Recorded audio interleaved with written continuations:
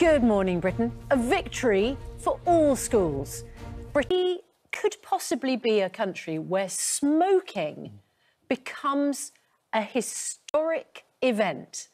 The government got through this vote on making it illegal for a certain generation of children currently, but of course they will become adults, but they will never be legally allowed to buy cigarettes. It would have been presumably too smoking and say you can't, no one can buy a packet of cigarettes, but anyone aged 15 and then beyond will never legally be allowed to buy a packet of cigarettes. And I just wonder whether, you know, for Rishi Sunak infighting and all of the polls, whether actually he can think to himself, I did something that's going to leave a historical legacy.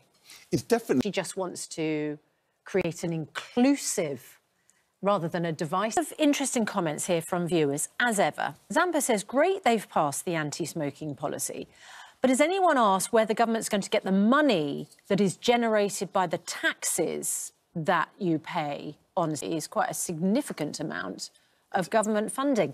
In 1995, you could buy, by the way, 20 king-size cigarettes for £2.50. Increases in tobacco duty, plus inflation, meant that by 2017, the price of the same pack could reach £10. It now costs... Good morning, Britain. It's just gone 6 o'clock. Also, last night, of course, that vote in the House of Commons, which means we are to just ban smoking. Election, it changed from Labour to a centre left. This ban. So you know, there is a... It changed the culture. It did. Yes. So we don't know if this will. Although, but the safety of smoking in 20... Go up in smoke.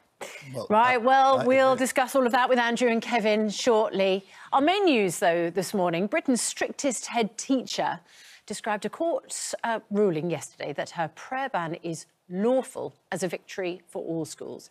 Catherine Birbalsingh introduced the ban at Michaela Community School in Wembley last year after around 30 pupils began praying in the playground. The school was then taken to court by a Muslim pupil over claims she'd been discriminated against on the basis of her religion, that she wasn't allowed to pray.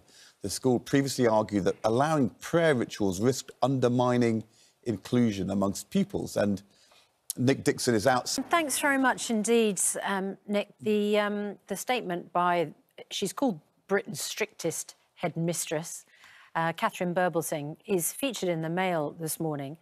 And we're just reflecting on that point. Last year, she says, we watched our Muslim pupils put under pressure by a tiny number of others to fast, to pray, to drop out of the choir, to wear a hijab.